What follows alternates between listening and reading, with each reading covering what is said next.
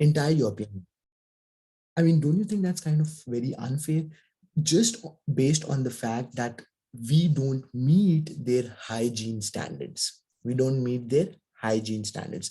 Now, other countries do import, and I'm not saying that there is not a variety or variation, right? So some Chinese meat exporters would be exporting very, good quality meat and taking care of all the hygiene precautions, blah, blah, blah, blah, blah, blah.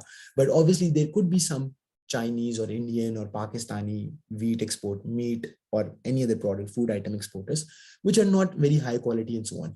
But the importing country can differentiate between high quality, low quality, and they can decide which item to import and which item not to import.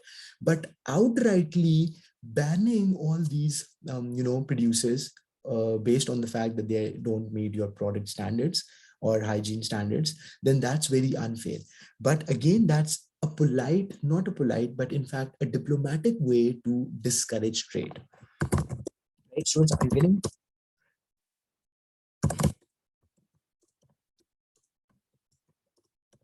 product standards and side?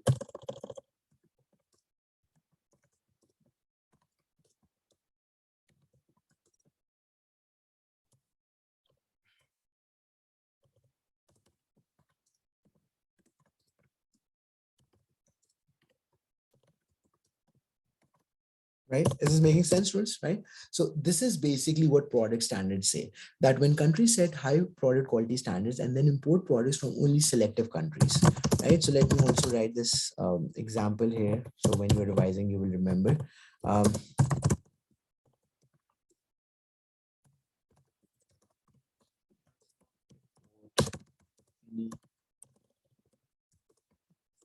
item from Asia stating that they meet their slash standards. Are you getting me? Right? So I mean that's an unfair way of going about it. Again, as I said, right? So that's also discouraging international trade. Now, okay. Now, students, what are customs? Is this clear? Product standards, right? Okay. Now, what are customs and duties? So customs and duties are basically kind of tariffs. So on top of tariffs, these are additional taxes imposed on imported goods, right?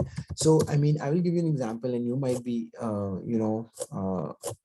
very surprised. You for sure you will be very surprised to hear about this. Okay, so I imported 2 3 years back. I ordered a wristwatch from UK, right? I mean, nowadays it's a social media world, and I came across this sponsored ad or whatever, and I like that wristwatch. It was just 10,000, almost 10,000 Pakistani rupees. So I converted that pound rupees into Pakistani rupees, and I was like, it's not that expensive. I really like it, so let's import it. I went to the website. They said that we deliver in every part of the world, so I knew that they will deliver, and I will get in my home in Pakistan. So things are good, sorted. Why not? Let's order it. So I made the payment using my own debit card in Pakistan, right? The payment was made like it happens nowadays and everything. And they notified that your product is being delivered and everything, right? And when the product was being dispatched, when the delivery person came to deliver that thing, he said that we cannot release the product until unless you pay us this much additional amount. And those additional amounts were the customs and the tariffs that were imposed on that product as per the that time policy, custom policy or trade policy of Pakistan. And just give me a number that what were the additional amount that I had to pay, like the tariff or the custom amount that I had to pay on a wristwatch worth 10,000 Pakistani rupees. Any guesses? How much customs or duties I would have paid on that? What's the max you can think about? No, 50K is way too much. No, not 50K, but uh, it was, yes, 10K, right? It was 10K. Zuhan, so I was just saying that when they delivered that watch to me, I mean, the watch got delivered to Pakistan and everything, right? And then a person came to deliver it to my home, and he said that he can't release that product, he can't release it until I pay the customs and the duties. And obviously he brought with him an official document, government document, stating how much are the tariffs and everything. And those tariff additional amount, because I had already paid for the watch through the debit card online, right? So the additional tariff that I had to pay, which went to the government of Pakistan, were 10,000 rupees. So double the price on something as small as this. I went to their office and I asked them, I mean, this insanely high customs, and they said it's a luxury item. So wristwatch is a luxury item. Um, I mean, wow, Ron, that's very smart of you. But yeah, I mean, are you getting me? So just imagine. So if on such a small product, you are discouraging it to such extent, like 100% increase in price, you're paying double the price, right? I mean, so just imagine. And it's not a fancy, I mean, it's not a Rolex watch, it's not anything. But yeah, so that's what I wanted to say. So customs and duties are additional. And I do remember that that document had all these words, customs, duties, and so on, right? So these are additional taxes imposed on imported goods, right? Okay. Then what are export subsidies, students? Now this is important. Instead of, now listen to me carefully, instead of discouraging imports, right, by making them more expensive or by restricting them through red tape or product standards, instead of restricting imports by making them more expensive or by imposing quotas or by setting product standards or by setting red tape, another thing what countries do is that they provide an artificial or an unfair advantage to their exporters. So they provide subsidies. Now, if you recall, what are subsidies? Subsidies are financial payments that government pays to its producers. So if Pakistan is exporting, let's say, cotton, right, or textiles, clothes, let's say, and I did tell you that Bangladesh has, taken lead and is leading the world in terms of textile exports. It's, doing better than India. It's doing better than Pakistan and other countries. So if now Pakistan feels threatened that we will lose the market for cotton export, and that was our major export, and we don't want that to happen, and so on and so forth. So to artificially make Pakistani textiles and Pakistani cotton more competitive, right, more attractive, so government can provide subsidies to cotton producers or to clothing producers, and that will obviously make our products artificially more competitive, and that is expected to boost demand for our exports. Are you getting me?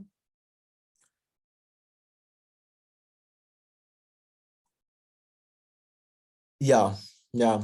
I can imagine that, Zohan. I can totally imagine that, but this is an unfair world we live in, right? Students, are you getting me? Is everyone clear on this, right? So export subsidies are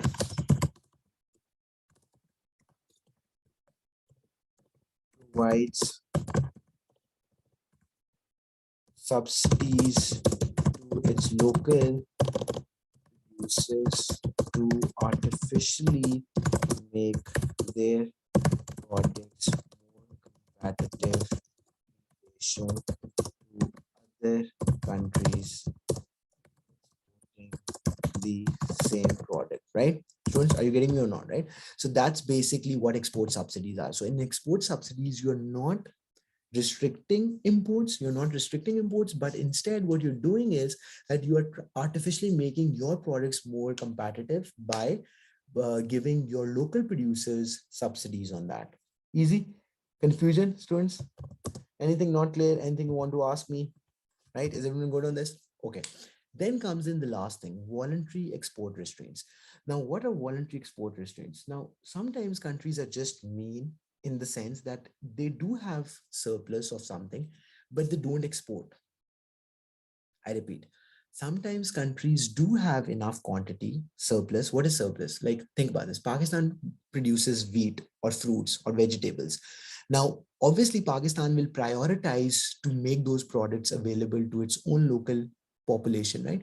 But if Pakistan has surplus, like it has produced more than what the local population can consume, and even then we are not exporting that product to any country in the world, and sometimes countries even destroy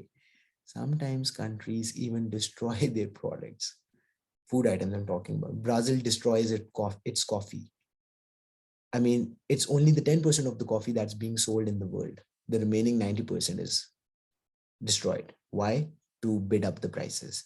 The lesser the supply in the world, the higher the price. Can you just imagine?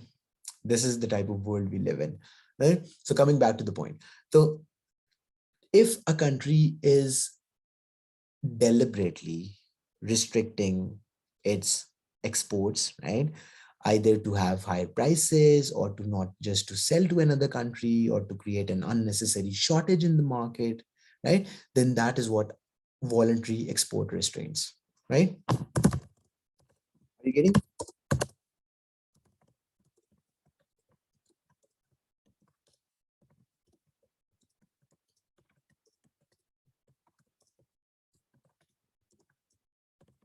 So,